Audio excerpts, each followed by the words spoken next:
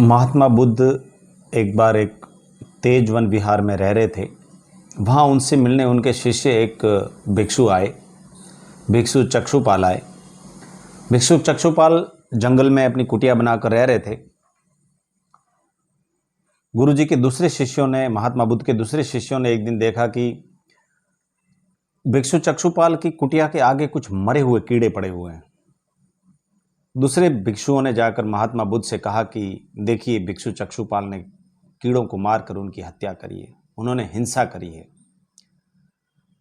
महात्मा बुद्ध ने बाकी सारे भिक्षुओं को बुलाया और अपनी कुटिया में आंगन में बिठाकर पूछा कि क्या आपने इन कीड़ों को भिक्षु चक्षुपाल द्वारा मारते हुए देखा?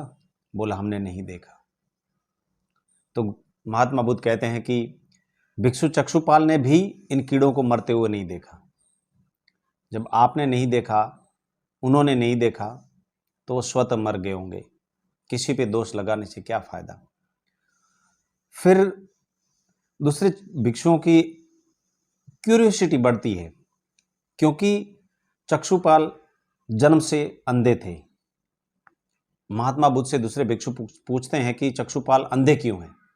तब महात्मा बुद्ध कहते हैं कि पुराने समय में भिक्षु चक्षुपाल एक डॉक्टर हुआ करते थे, एक चिकित्सक थे, और उनके पास में एक औरत आती है। वह औरत आंखों से अंधी थी। वह औरत कहती है कि यदि मेरी आंखें आप ठीक कर देंगे तो मेरा पूरा परिवार आपका दास बनकर रहेगा।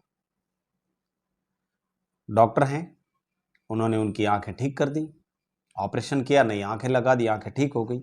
अब वह औरत दास बनने के भय से डॉक्टर से झूठ बोल देती है, कहती है कि मेरी आंखें ठीक नहीं हुई हैं।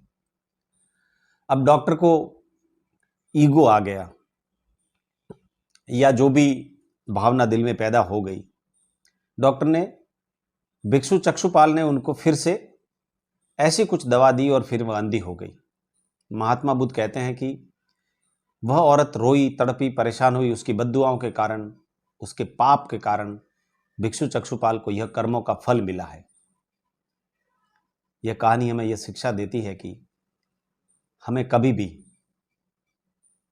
अपने किए हुए सदकर्मों पर पलटवार नहीं करना चाहिए। चाहे सामने वाला किसी भी स्थिति और परिस्थिति में हो, उसका फल और प्रतिफल दे या ना दे, वो उसके कर्म हैं, उसको मुबारक।